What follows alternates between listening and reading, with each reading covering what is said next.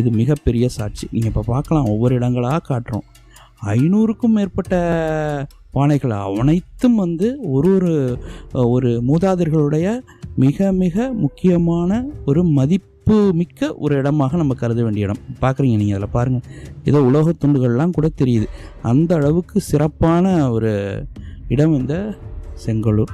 இதை வந்து தொல்லியல் ஆராய்ச்சியாளர்களும் அறிவியலாளர்களும் நமக்கு வந்து கண்டுபிடித்து கொடுத்தது என்பது, பலாயிரம் கோடி தங்கத்தை நம் கையில் கொடுத்தார்கள் கூட நம்ம வந்து அவ்வளோ மகிழ்ச்சி அடைய முடியாது. அவ்வளவு சிறப்பான செய்திகள் இது. இவை தான் நம் மனித கூட்டத்தின் நம்முடைய வாழ்வு நிலையுடைய பண்பையும் உயர்வையும் காட்டக்கூடிய இடம்.